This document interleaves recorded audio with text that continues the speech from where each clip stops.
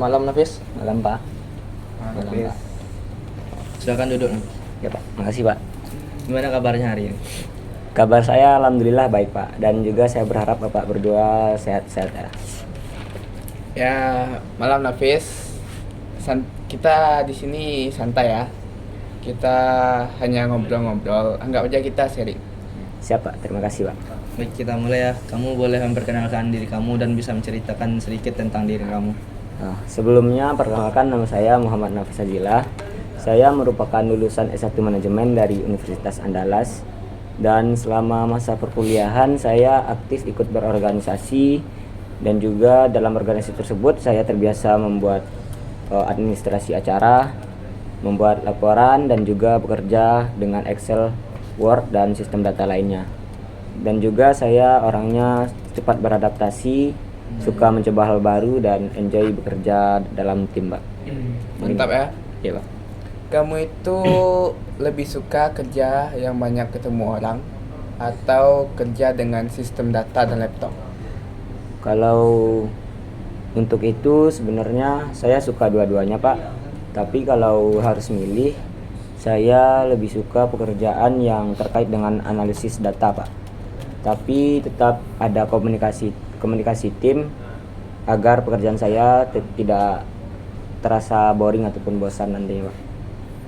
Sesuai posisi yang kamu lamar di CV kamu ini, pada posisi ini kita membutuhkan orang yang teliti, cepat belajar, dan bisa bekerja bersama dengan tim. Kalau boleh tahu, apa alasan kamu untuk melamar di posisi ini? Alasan saya karena saya tertarik, dan ini merupakan ini sesuai dengan background saya sebelumnya di bidang manajemen dan administrasi. Selain itu, saya lihat perusahaan Bapak cukup baik dan memiliki pengembangan karyawan yang baik. Jadi saya ingin berkembang di sini sambil ikut berkontribusi ke dalam tim, Pak. Nah, Nafis, kalau boleh tahu nih, kelebihan kamu itu apa? Kelebihannya, Pak. Kalau untuk kelebihan saya disiplin, saya mampu bekerja di bawah tekanan, saya bisa menyelesaikan tugas tepat waktu. Saya juga cukup rapi dalam pengolahan file dan data, Pak. Berhubungan tadi kita membahas tentang kelebihan ya. Sekarang aku mau nanya, apa kekurangan kamu tentang diri kamu?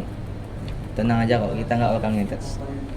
Kalau kekurangan saya dulu kurang percaya diri Pak untuk berkomunikasi di depan banyak orang. Tapi karena saya aktif ikut berorganisasi sehingga saya terbiasa Pak berkomunikasi di depan banyak orang. Jadi saat ini itu bukan masalah besar bagi saya Pak. Baik. Di kantor ya, di pekerjaan itu kita pastinya akan menemukan berbagai macam masalah. Kamu itu tipe yang seperti apa kalau mendapatkan tekanan kerja?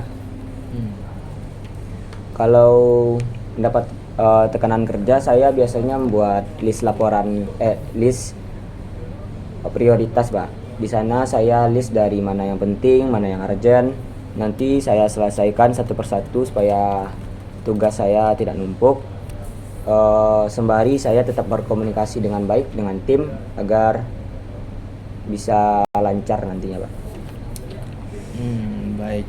Berhubungan tadi kamu berbicara tentang berorganisasi ya, kamu tuh pernah nggak menghadapi masalah dalam berorganisasi?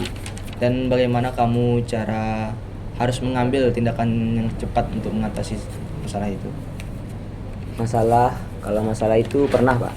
Waktu itu saya menjadi panitia dalam salah satu event, dan masalahnya pada saat itu yaitu data peserta pada acara itu hilang Pak. Jadi saya langsung mencek backup ke email, berkomunikasi dengan tim, dan juga cek ke pihak panitia lainnya, dan mencoba membuat data baru Pak dalam waktu singkat.